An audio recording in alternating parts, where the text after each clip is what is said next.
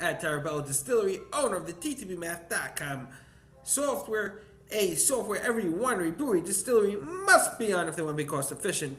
On the Everything But the Bottle podcast. What is Everything But the Bottle? We help you save money, create the best recipes, and just get to understand why some bottles are more expensive than others. Today's topic is my favorite topic, and that is specialty grains. We all got our recipes. It could be from our grandparents like me, like I did, or it can be from a dusty old book or a modern book we purchased on Amazon. Wherever we got a recipe from, the recipe us distillers fell in love with, we never really looked at the pricing and the business aspect of it. And was the decision to use a classical recipe really the best? Do you really think you're going to outclass Pappy Van Winkle in a blind test?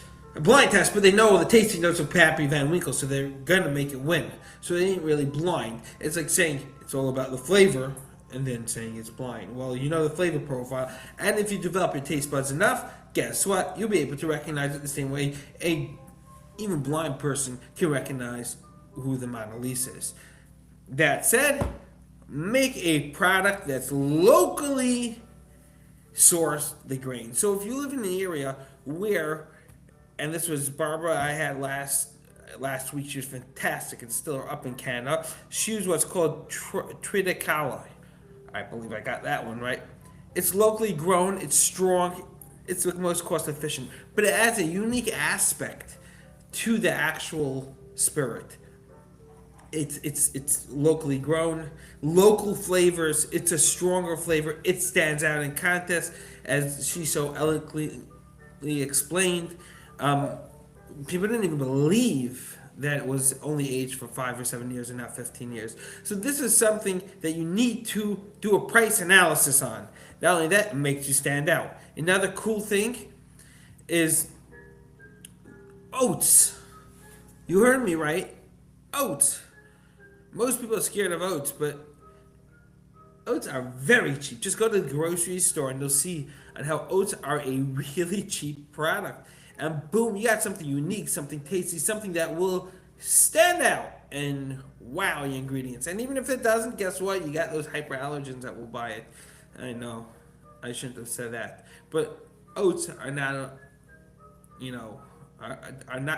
are good for people that have allergies, to say it any different or any better. So you want to try oats. Oats have something else very unique. You got to figure out how to ferment them, so it adds more fun to it. It doesn't ferment like every other grain. Millet. Millet is an old grain. Goes back way. Doesn't need fancy fertilizer, and it grows really cheap in dirt. So it might not be grown locally, but you might want to try it anyways if you're one of those hands-on guys that like having your own farm and growing your own thing. You got to really focus.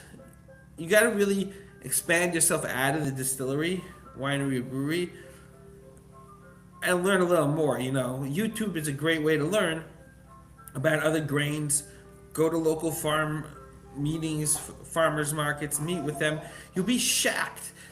Wouldn't be surprised if someone sends me a message and say, hey, look, I was at a farmer's market, I met a farmer, he always wanted to grow millet or whatever, wanted that grain, he never had a use for it. I said, dude, pass it this way. Or I've been working with this farmer many years, and he says, I got all this stuff, do you want it at a discounted price? Pass it my way, and boom, out came our most popular bottle. These are stories that happen every time. But as a distiller, you need to, or a brewer, you need to be willing to do that experimentation and go with it. I had a distiller, was BR3 that was on. He just got truckloads of apples delivered. He never used apples before because Rutgers University needed one strain of an apple to cross-pollinate and whatnot story. And boom, he got the, I can't remember how many truckloads it was, delivered to his distillery free.